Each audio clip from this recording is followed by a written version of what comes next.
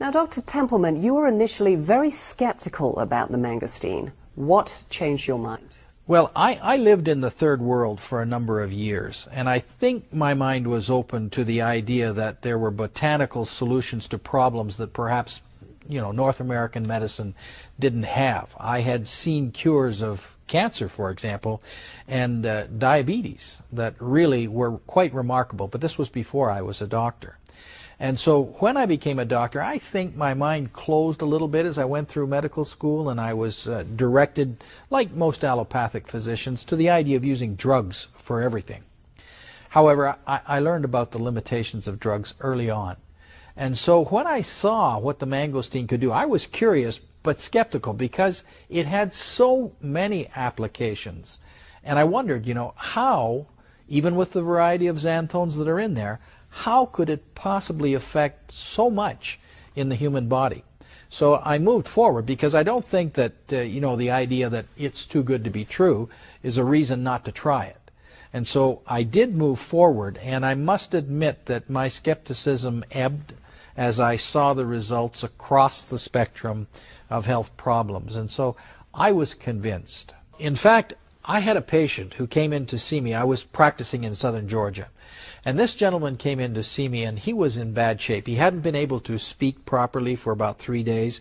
He'd had difficulty getting in fluids, and he hadn't been able to eat at all. And when I examined him and looked inside his mouth, it was so red that you would have believed that some caustic chemical had been in there, or a blowtorch.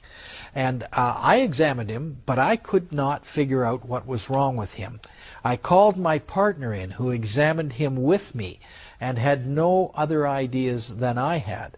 I then sent him post-haste to a hospital to see a specialist, an ear, nose, and throat specialist, who, using fiber optic tools, was able to look down his trachea, his breathing tube, and his esophagus, his swallowing tube, and called me and told me that that inflammation I could see in his mouth continued down as far as he was able to see with his fiber optic tools. So we did not know what was going on. The doctor up there proposed a number of tests, and this fellow, Billy, refused the tests. He actually came back to my office, and I had had a chance to consult with the specialist. In fact, I'd even consulted over the phone with a second specialist. And we decided to treat him with prednisone, which is perhaps the strongest anti-inflammatory drug that doctors will normally use. And we gave him the prednisone, but after 3 days, he was actually worse. He would not come back into my office, but I did see him at the back of my thought. That's a pretty good example of nature outstripping science. Dr. Templeman, that was just a remarkable